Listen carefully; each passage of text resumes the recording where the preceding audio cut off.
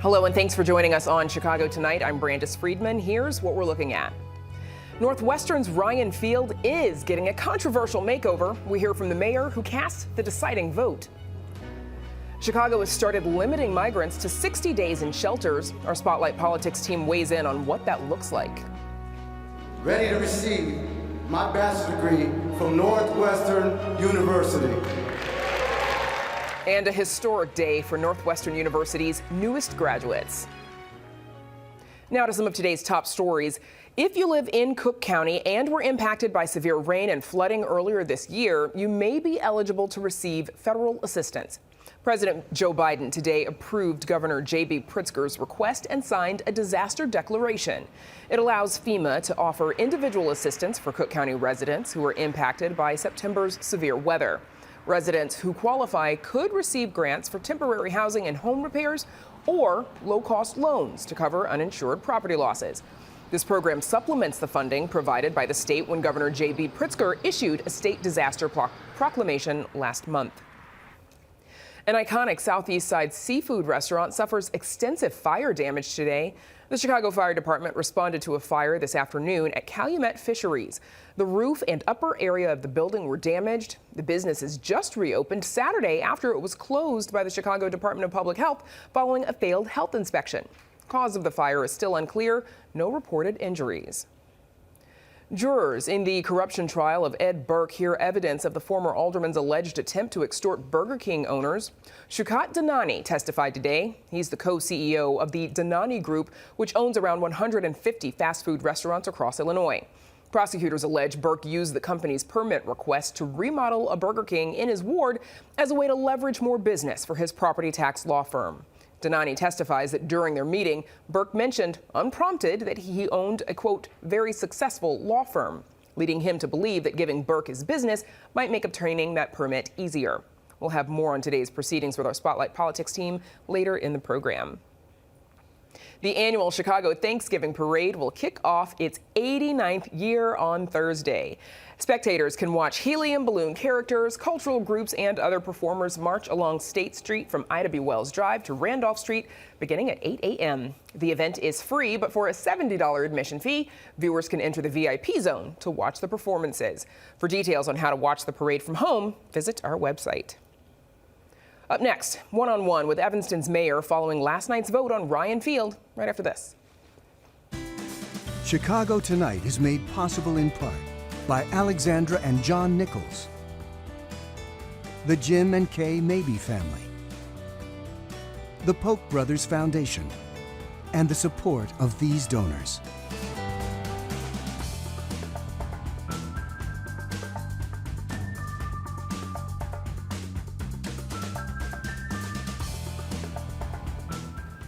Evanston residents are getting a new neighbor, an $800 million rebuilt Ryan Field.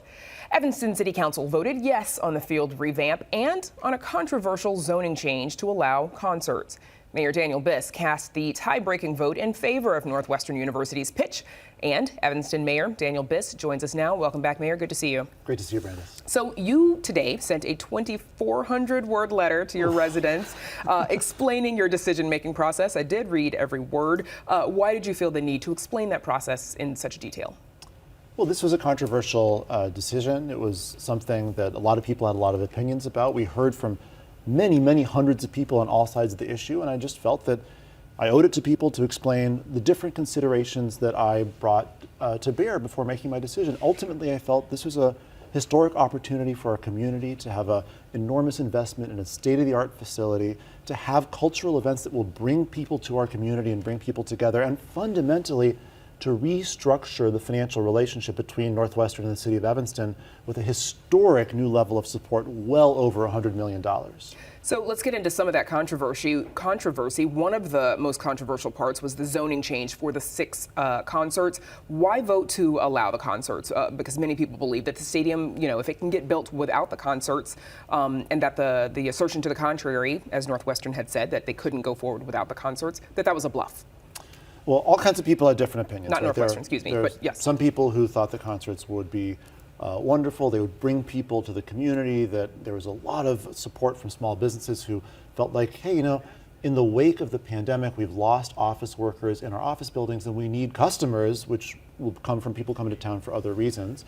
There are those who are concerned, who felt like there would be too much traffic, too much noise, too much impact on a residential neighborhood. And so through a very, very lengthy negotiation, where I have to say the city of Evanston drove a very hard bargain, we narrowed the scope. We brought the request on concerts from 15 down to 6. We put in place guardrails. We put in place significant fines if Northwestern doesn't meet their targets on things like noise and curfew and traffic. And so with all of those protections in place, I felt like, hey, this is a good, happy medium, and we can then use it to bring in people to our community, to improve our small business climate, and bring an awful lot of financial support from Northwestern directly into Evanston. Another point of controversy was the amendment allowing the university to amend the community benefits agreement if the city places what are, quote, unreasonable restraints on its ability to hold concerts. What are unreasonable restraints? Well, so here's the deal. The negotiation that led to this historic level of support was about not just allowing them to build the stadium, but also the concerts. And what they wanted to say is, if we can continue to have these concerts, that level of support will continue, otherwise it won't. And so you might imagine, like, listen, the city of Evanston could impose a 10,000% concert ticket tax, and then no act will ever come to Ryan Field, and so that would basically make those concerts impossible. Northwestern wanted to say, you can't do something that makes concerts impossible. On the other hand, what I would say is, we might want to increase the ticket tax. We may want to impose new restrictions and new reasonable fines if they don't do what they're supposed to do. And so the purpose of this language is to say we are allowed to make changes. Those changes will not endanger the support that continues to come from Northwestern unless those changes are unreasonable. And if Northwestern thinks we've made an unreasonable change, they then have to go and prove that if they want to make a change to our community benefits. You point out in your statement that Northwestern's lack of financial support of Evanston has been a point of contention for decades. But I could have said centuries almost. While we're at it, but you say that their $157.7 million community benefits agreement represents a new chapter. However, critics say that CBA only lasts for 15 years and instead should last for the life of the stadium. Why 15 years? Well, it was a compromise, but I will tell you, if you look around at other universities, I think Evanstonians, including myself, have been fair to say that historically Northwestern has not really been on par with its peer institutions in terms of what it does for the community. So we looked at other agreements, and this really moves them much closer to what their peer institutions do. Those peer institutions don't have indefinite agreements. They don't have 100-year agreements. 15 years is actually pretty long by the standards of a lot of other universities' community benefits agreements. And frankly, if you look around the country at what happens when those benefit agreements expire, they get renegotiated up every time. And so 15 years is a lot of certainty for us, which is good, but it also provides an opportunity in 15 years for us to renegotiate. And if the examples that we see across the country are an indication of what's going to happen here, that renegotiation will be good for the city of Evanston. A group of Evanston lawyers signed a letter arguing a procedural violation. It reads, in part, quote, "The procedural shortcuts and many misstatements and misdirections that have characterized consideration of plans for rezoning Ryan Field should alarm all Evanstonians. As lawyers, however, we are especially concerned that the conversation has proceeded as if only 4 of 9 council members, along with the mayor, can amend the zoning code. Evanston law requires at least 6 votes to do that." Separately, the Most Livable City Association pledges some legal recourse. Do you think this entire agreement and the votes that were cast last night in this decision is something that the city is going to have to defend in court? Anybody's got the right to sue, and you just read from people who seem to be threatening to sue, and they're welcome to. Let me just be clear. I'm sure your viewers are not mostly interested in a long procedural lecture about Evanston's process of passing ordinances, but here's the deal. We've got 9 people on city council. One of them works for Northwestern, so he felt he had a conflict of interest. He recused himself. That left 8. That left a 4-4 tie among those 8. And what our city code says is that when there's a tie among the members of council, the mayor breaks the tie. I broke that tie. So this was a simple majority, which I think is what most people would think ought to be required to pass a new law. Our legal counsel, including one of the top municipal law firms that we retain to help us with this, agrees with that interpretation. And so if we're sued, we're prepared to defend that. Okay. Before we let you go, Mayor, obviously, as you said, as we've discussed, this has been controversial. How can the city rebuild the relationship between the university and frustrated neighbors? Well, I think that the rubber now meets the road. There's going to be construction, there's going to be a stadium, there's going to be events in the stadium, and the university needs to approach all of that in a spirit of partnership. The good news is the memorandum of understanding we've already signed guarantees some of that, but their actions are also going to speak louder than words, and I think all neighbors and all residents are going to be watching for that partnership. I do think what we accomplished last night sets the table for a new level of partnership that's going to be really productive for both the university and the city, but we all have to actually make good on that promise to deliver what our residents need. Okay. Evanston Mayor Daniel Biss, thank you for joining us. Appreciate it. Thanks for having me. Up next, the first time a top 10 university grants bachelor's degrees to graduates incarcerated. Stay with us for a look.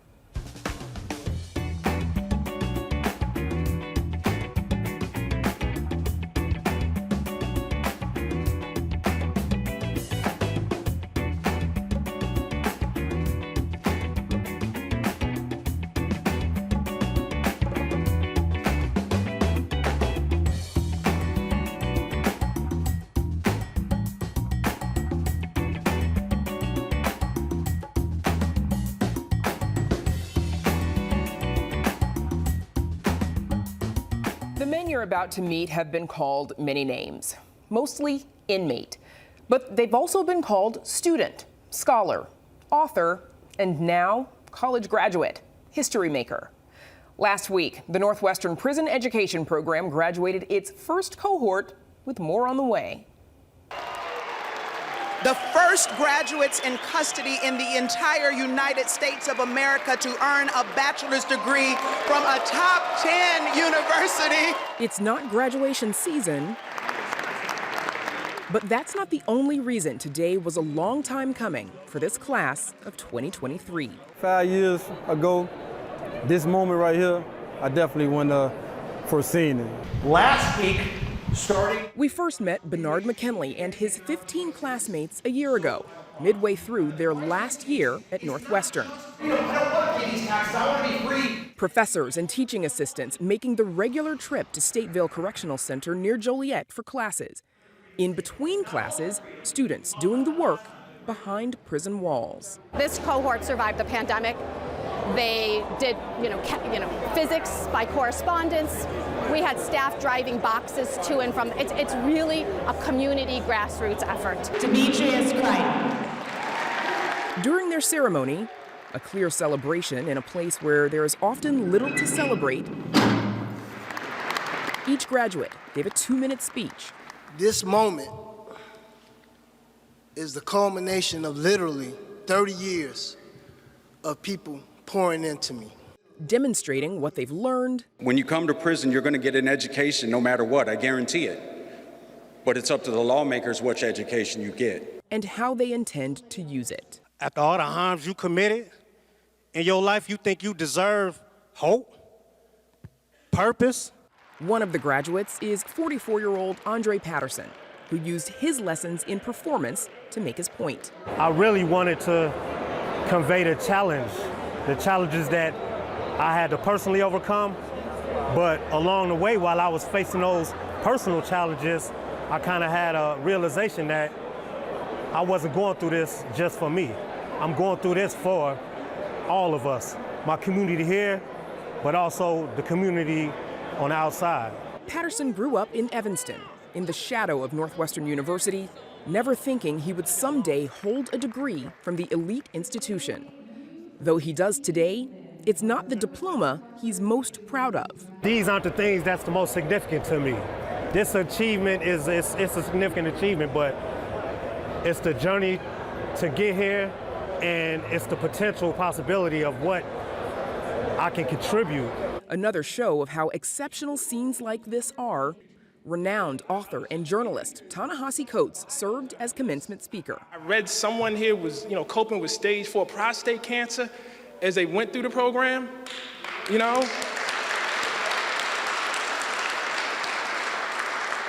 And brother, you the same one this is your book too, right?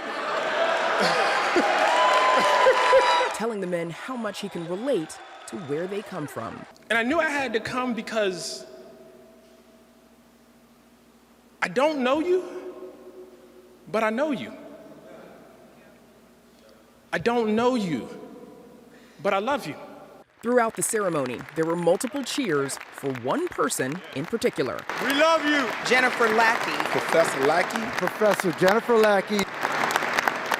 The program's director and the cohort's matriarch, Professor Jennifer Lackey, who says she does this work in part to make an example. Places like Northwestern with kind of immense resources and excellence really should be the ones to step up to do this work. I think that what we want to do is set a model for what prison education can look like. We want to show what's possible and that you can truly offer the same quality of education that you provide on your campuses, even a facility that has maximum security students in it. But also to inspire hope. This is a community too. And I think a lot of people are very directed at like, what do you do with this on the outside?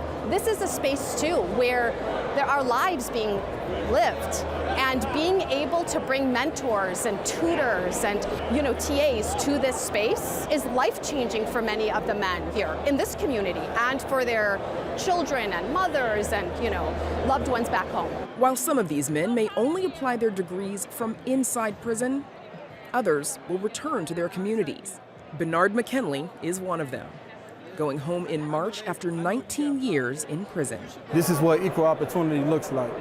When there's not the roadblocks that's keeping us from being able to compete with the other social dynamics that's put in place to hinder us. And if you give us that chance to succeed, like I said, the cream is going to rise to the top. Bernard McKinley was the first person in Illinois to take the LSAT while incarcerated. He's planning to apply to Northwestern Law School and hopes to become a civil rights attorney. There are 3 more cohorts of men enrolled at Stateville, 2 cohorts of women at Logan Correctional Center. The first are expected to graduate in the next 2 years. We're back with more in just a moment, but first, a look at the weather.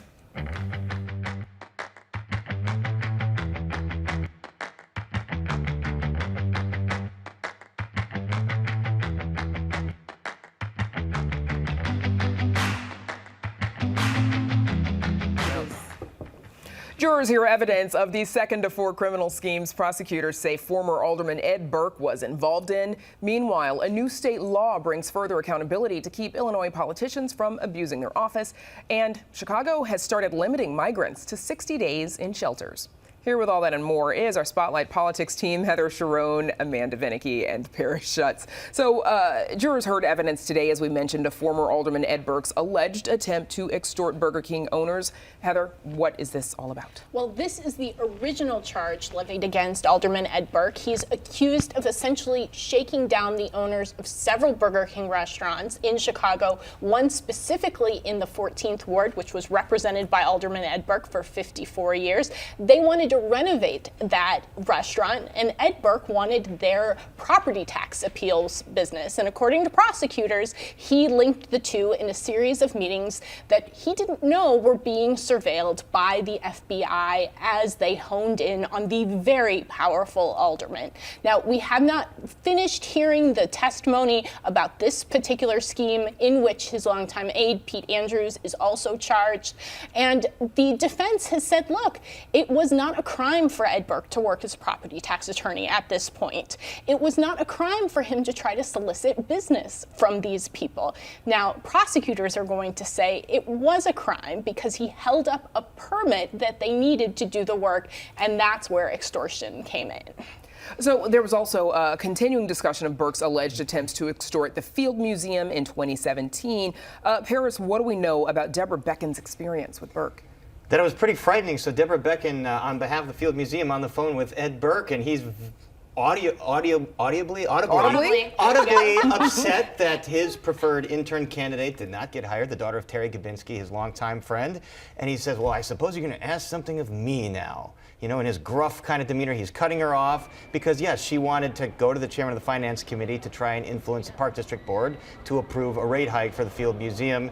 And, you know, he didn't say anything overtly or explicitly about what he would or wouldn't do, but he pretty much subliminally said, this is not a very good idea. This is not something I really want to do right now. So she goes and sends an email to her bosses saying, I think we got a problem here. She took it as a threat. And right, she did. Further, She's testified she took it as a threat. She testified that. And then further, I think what is always interesting, and when you're thinking about what the jury is going to perceive, because that's what this, of course, is all about, right, is what you hear. This is one where you hear the phone call, you hear that gruffness, sort of that dominance in Burke's voice. And I don't know how the jury can ignore that. You also hear in her voice sort of the fear, the, oh my gosh, I'm intimidated, what am I gonna do? The, oh God, you hear that in her voice. And I think that is something that will resonate and sort of linger. This trial goes on longer. Those are the memories that hit. Well, the jury also heard testimony that not only did she send that "we have a problem" email, but everybody at the Field Museum immediately launched into action, trying to figure out what had happened with Molly Gabinski's application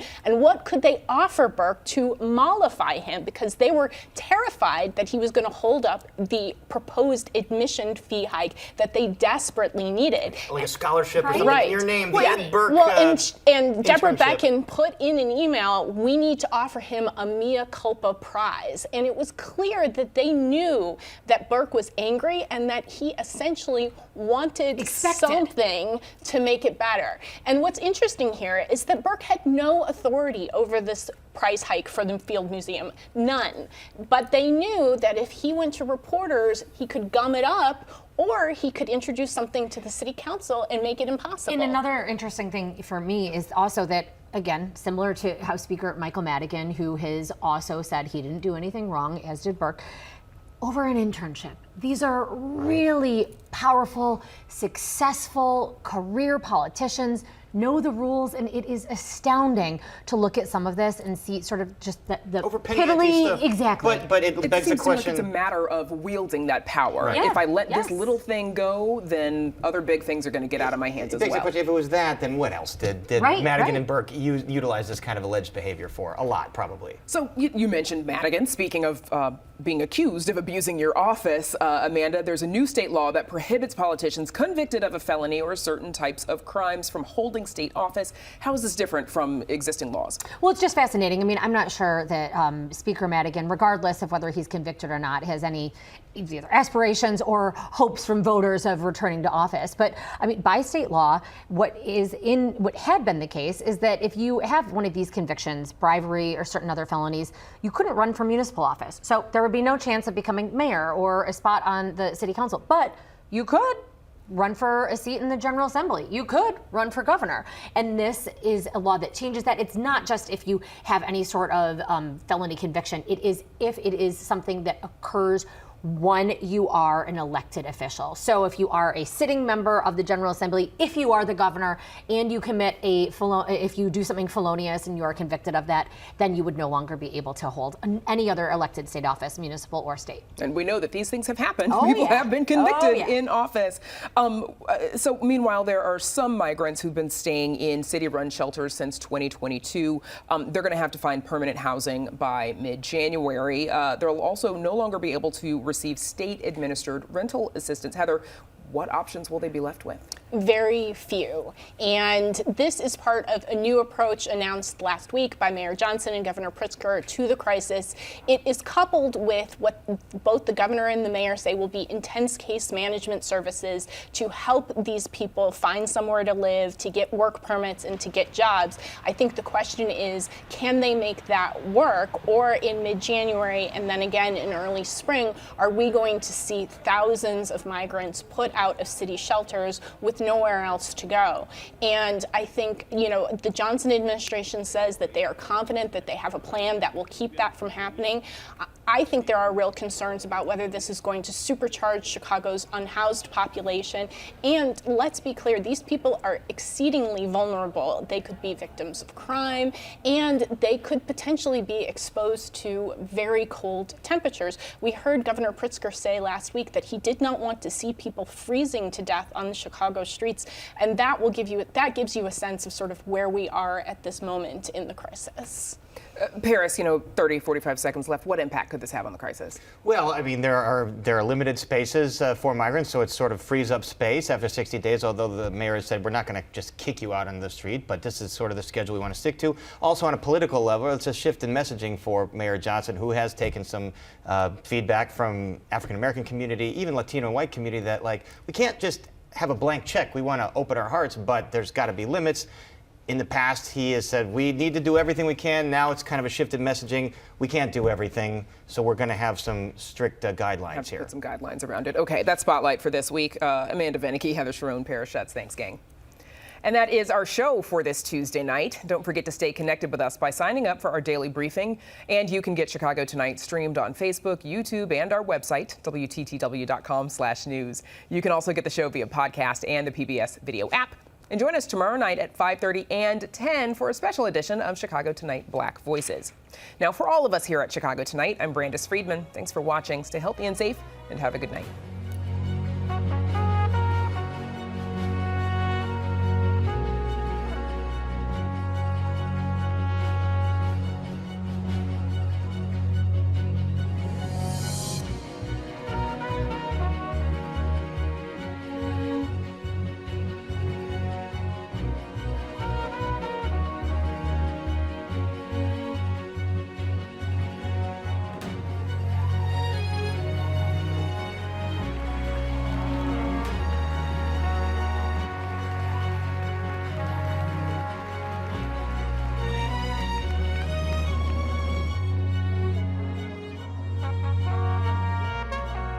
Closed captioning is made possible by Robert A. Clifford and Clifford Law Offices, a Chicago personal injury and wrongful death firm that is proud to give back to its community in Chicago and beyond.